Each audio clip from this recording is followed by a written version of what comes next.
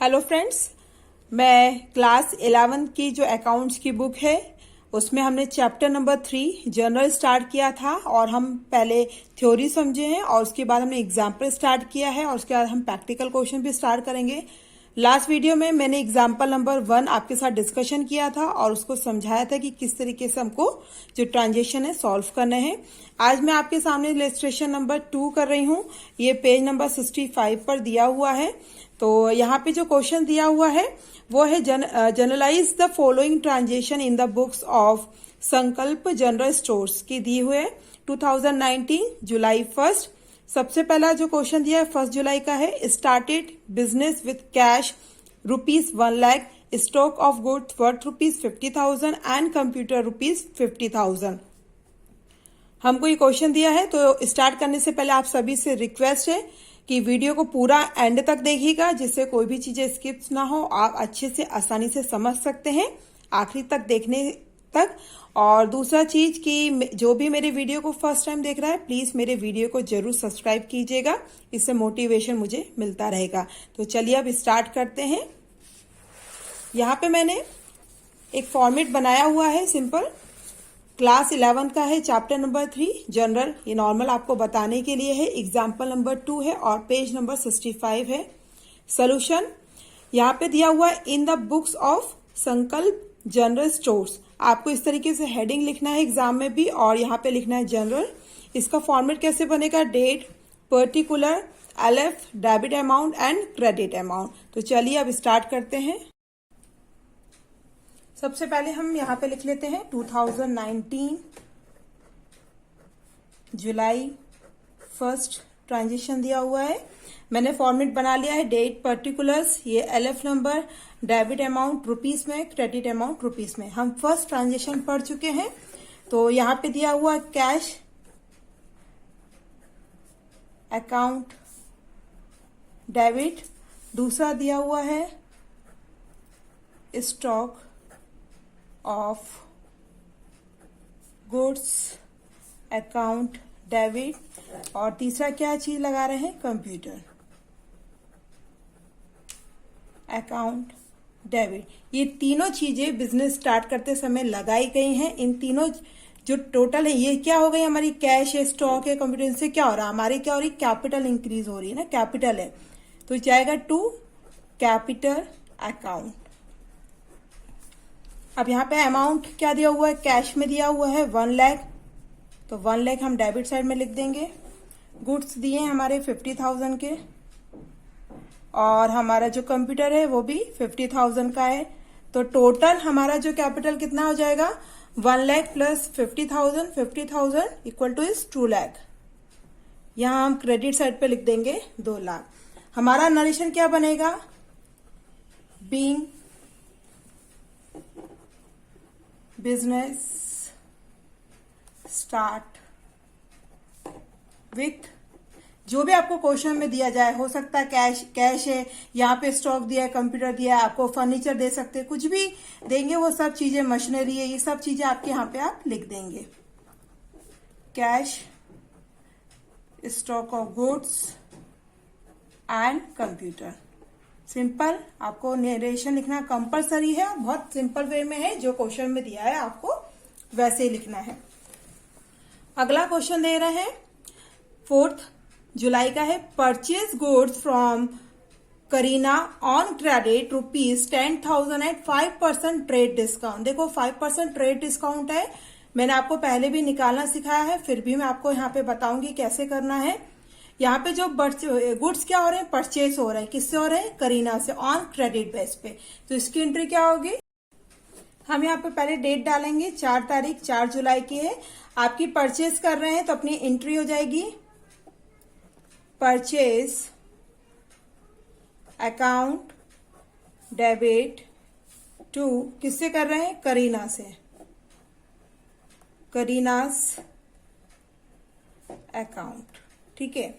Amount कैसे निकालना है? यहाँ पे बोल रहे हैं 10,000 का 5% ट्रेड डिस्काउंट पे निकालना है। तो आपको ट्रेड डिस्काउंट कैसे निकालना है? ये देखिए यहाँ पे दिया हुआ 10,000 का 10%, 0 से 0 कट जाएगा, यहाँ बचेगा 1000। ठीक है। सॉरी यहाँ पे 10% नहीं 5%। इस क्वेश्चन में आपको ट्रेड डिस्काउंट निकालना है, तो हम ट्रेड डिस्काउंट कैसे निकालेंगे। क्वेश्चन में दिया हुआ 10,000 का कितना परसेंट दिया है, 5% ट्रेड डिस्काउंट दिया हुआ है आपको, है ना। तो ट्रेड डिस्काउंट निकालने के लिए 10,000 मल्टीप्लाई 5 अपॉन में 100 लिखते हैं अपन।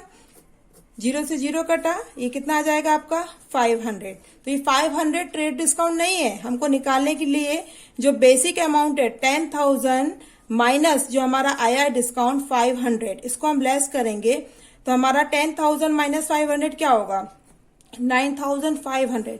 तो ये क्या हो जाएगा आपका trade discount. It is a trade discount. इस तरीके से ट्रेड डिस्काउंट लिखा जाएगा, निकाला जाएगा।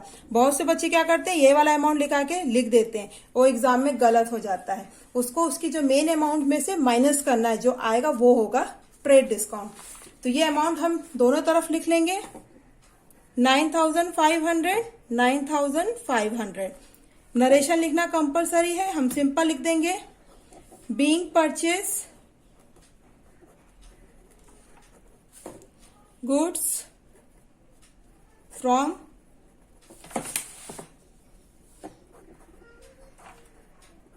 Kareena on credit. जो क्वेश्चन में लिखा है आप वो भी लिख सकते हो, छोटा जो भी बनाना है उस तरीके से आप अपने हिसाब से नरेशन बना लीजिए। नरेशन लिखने का मतलब है आप सामने वाले को बता रहे हैं कि आपने इस ट्रांजेक्शन में क्या किया है। 5% ट्रेड डिस्काउंट, ये हो गया आपका 4th नंबर का। अगला कह रहे हैं 10th नंबर का, कह रहे हैं transaction sold goods to Priyanka ₹20,000 at 10% trade discount. इसमें क्या दिया है आपको, गुड्स सोल्ड करे हैं, किसको किए हैं, प्रियंका को किए हैं, और कितना है 10% ट्रेड डिस्काउंट। डेट हम लिख लेंगे 10 जुलाई की। सोल्ड गुड्स टू प्रियंका, अपन ने प्रियंका को कुछ गुड्स हैं वो सेल आउट किए हैं, तो यहाँ पे कौन रिसीव कर रहा है, प्रियंका। तो आ जाएगा प्रियंका's account debit to sale account. हम पहले भी डिस्कशन कर चुके हैं, परचेस हमेशा डेबिट होता है, सेल हमेशा क्रेडिट होता है। इसके opposite purchase return always credited होता है, और आपका जो सेल रिटर्न है वो ऑलवेज डेबिट होता है। ठीक है, आपको यहाँ पे बोला है प्रियंका को कितने का सामान गुड सोल्ड किया है, 20,000 का, उस पर 10% का डिस्काउंट दिया है। जो प्रियंका है उसको कितने का है, 20,000 का गुड सोल्ड किया है एट 10% डिस्काउंट पे। तो इसका कैसे हम निकालेंगे ट्रेड डिस्काउंट। ट्रेड डिस्काउंट कैसे निकालना है, 20,000 इंटू 10 अपॉन 100, एक 0 से 0 कटा, कितना आया 2,000। तो 20,000 माइनस 2,000 कितना आ जाएगा 18,000। मैं बार बार कह रही हूं अमाउंट ये वाला ट्रेड डिस्काउंट में ही लिखना है, ये वाला नहीं लिखना है। ये लिखेंगे आपका आंसर रॉन्ग हो जाएगा। अधिकतर बच्चे यही वाली मिस्टेक करते हैं, इसलिए मैं आपको अलग से सॉल्व करके बता रही हूं। तो प्रियंका से अकाउंट में कितना आ जाएगा 18,000। यहाँ पे भी हम लिख देंगे 18,000, एक 0 ज्यादा लगा दिया, सॉरी।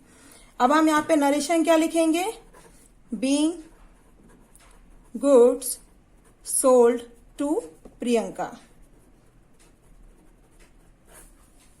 आई होप यहां तक अच्छे से समझ में आया होगा। 13 जुलाई की डेट का ट्रांजेक्शन है, paid into state bank of India ₹50,000।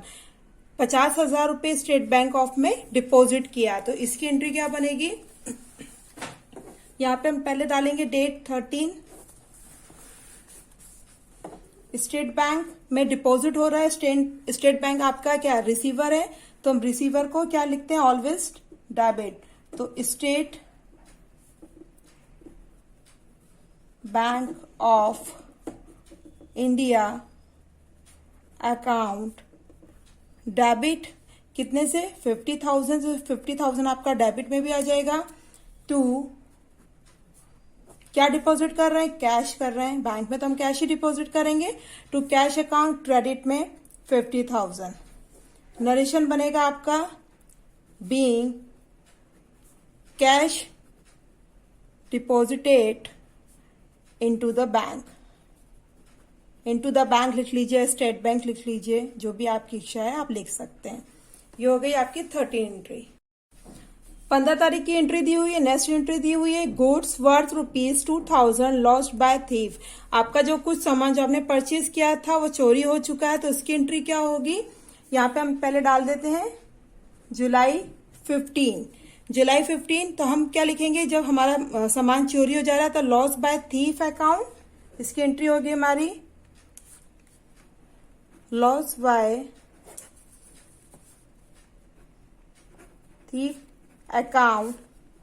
Debit to क्या जाएगा, परचेस अकाउंट। आपने जो गुड्स परचेज करे थे उसी में से आपका जो है वो सामान चोरी हुआ है, तो यहाँ लिख देंगे टू परचेस अकाउंट। कितने से कितने का नुकसान हो गया है, 2000 का इधर डेबिट में लिखेंगे और 2000 आपका क्रेडिट में लिखेंगे। आपका जो नरेशन जाएगा वो जाएगा being goods loss by thief. Narration लिखना बहुत आसान भी है और लिखना कंपलसरी भी है। अगला ट्रांजेक्शन दिया हुआ है 18 के लिए, दिया हुआ है पेड फॉर रेंट ₹4000। तो यहाँ पे जुलाई 18 आप रेंट पे कर रहे हैं। रेंट हमेशा ऑलवेज किस में पे करेंगे, कैश में। तो हमारी एंट्री बनेगी rent account debit to cash account. Amount कितना दिया हुआ है, 4000। 4000 डेबिट में, 4000 का अमाउंट क्रेडिट में। नरेशन क्या हो जाएगा, बीइंग रेंट पेड।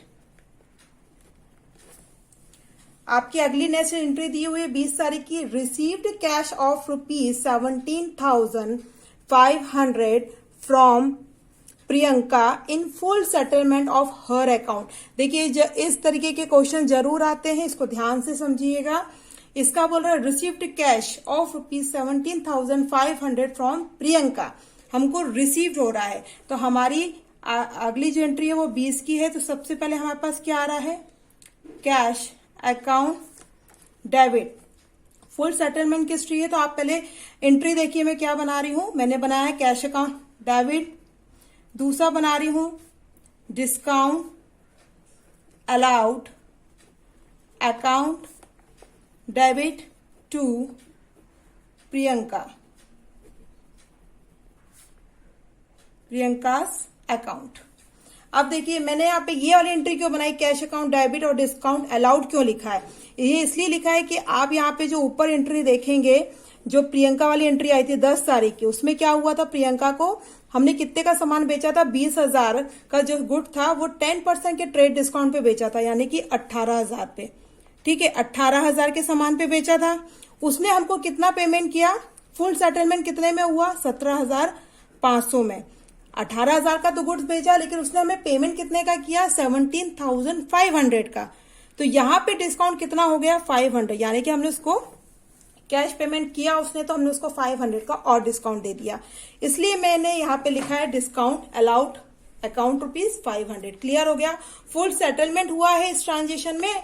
जो हमने उसको लास्ट 10 जुलाई को जो हमने कुछ गुड सोल्ड किए थे 18,000 में किए थे, उसने 20 जुलाई को जो पेमेंट किया है वो 17,500 यानी कि 17,500 का किया है।